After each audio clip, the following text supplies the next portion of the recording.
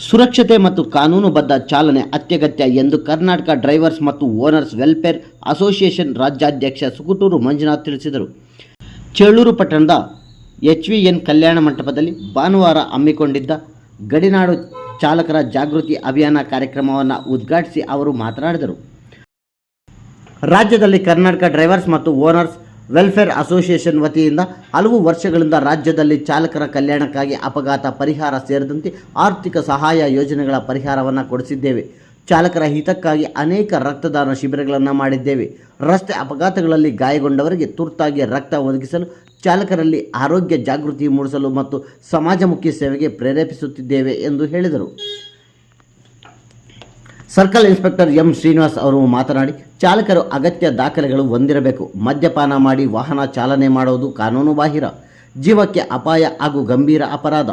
Auto ಚಾಲಕರಿಗೆ ರಸ್ತೆ ಸುರಕ್ಷತೆ ನಿಯಮಗಳ ಪಾಲನೆ ಹಾಗೂ ಪ್ರಯಾಣಿಕರೊಂದಿಗೆ ಸೌಜನ್ಯದ ವರ್ತನೆಯಿಂದ ನಡೆದುಕೊಳ್ಳಬೇಕು. 18 ವರ್ಷಕ್ಕಿಂತ ಕಡಿಮೆ ವಯಸ್ಸಿನ ಹೆಣ್ಣು ಮಕ್ಕಳನ್ನು ಮುಂದೆ ಕೂರಿಸಿಕೊಂಡು ಅಸಭ್ಯ ವರ್ತನೆ ಮಾಡಿದಲ್ಲಿ ಪೋಕ್ಸೋ ಕಾಯ್ದೆ ಅಡಿಯಲ್ಲಿ ಅಪರಾಧದ ಮೇಲೆ ಪ್ರಕರಣಗಳು ದಾಖಲಾಗುತ್ತವೆ ಎಂದು ಎಚ್ಚರಿಕೆ ನೀಡಿದರು.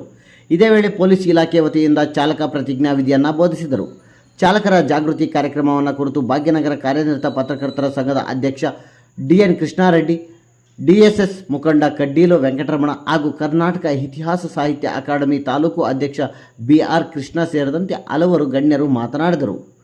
ಇದೇ ವೇಳೆ ದ್ವಿಚಕ್ರ ವಾಹನಗಳಲ್ಲಿ ಅಪಘಾತಗಳಲ್ಲಿ ಗಾಯಗೊಂಡ ವ್ಯಕ್ತಿಗಳಿಗೆ ಜಿಲ್ಲಾ ಕಾರ್ಯನಿರತ ಪತ್ರಕರ್ತರ ಸಂಘದ ಉಪಾಧ್ಯಕ್ಷ ಹಾಗೂ ಕನ್ನಡ ಸಾಹಿತ್ಯ ಪರಿಷತ್ ತಾಲೂಕು ಅಧ್ಯಕ್ಷ JK ಆನಂದ್ ಅವರು ಹೆಲ್ಮೆಟ್ಗಳನ್ನು ವಿತರಣೆ ಮಾಡಿದರು. ನೂರಾರು ಕಾರ್ಮಿಕರಿಗೆ ಉಚಿತವಾದ ಕಾರ್ಮಿಕರ ಕಾರ್ಡ್, ಆಯುಷ್ಮಾನ್ ಕಾರ್ಡ್ ಮತ್ತು ಇ-ಶ್ರಮ್ ಕಾರ್ಡ್ಗಳ ನೋಂದಣಿ ಮಾಡಿಕೊಡಲಾಯಿತು.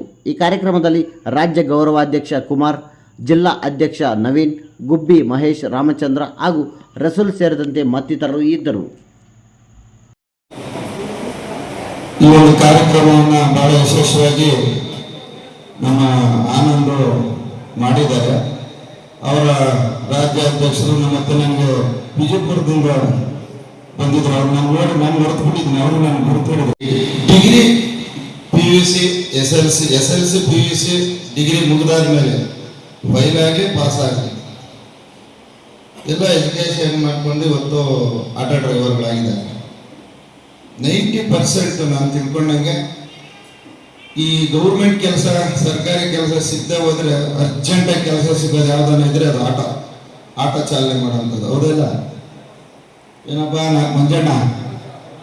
ಹೌದಲ್ರಿ?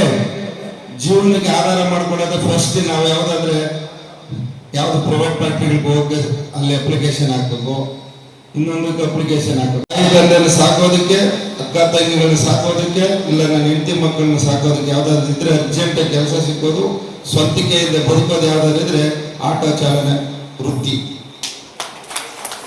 ಇವತ್ತು ಸಂಸಾರಗಳು ಇದು ಭಾರತ ದೇಶದಲ್ಲಿ ಇರ್ಬೋದು, ಕರ್ನಾಟಕ ರಾಜ್ಯ ಇರ್ಬೋದು, ಜಿಲ್ಲೆಗಳಿರ್ಬೋದು, ಎಷ್ಟೋ ಜನ ಆಟೋ ಡ್ರೈವರ್ಗಳು ತನ್ನ ಸಂಸಾರಗಳನ್ನ, ಅವರವರ ಕುಟುಂಬಗಳನ್ನ ಸಾಂಸ್ಕೃತಿಕವಾಗಿ ಬದುಕೊಂಡು ಜೀವನ ಮಾಡ್ತಾ ಇದ್ದಾರೆ. ಹೌದು,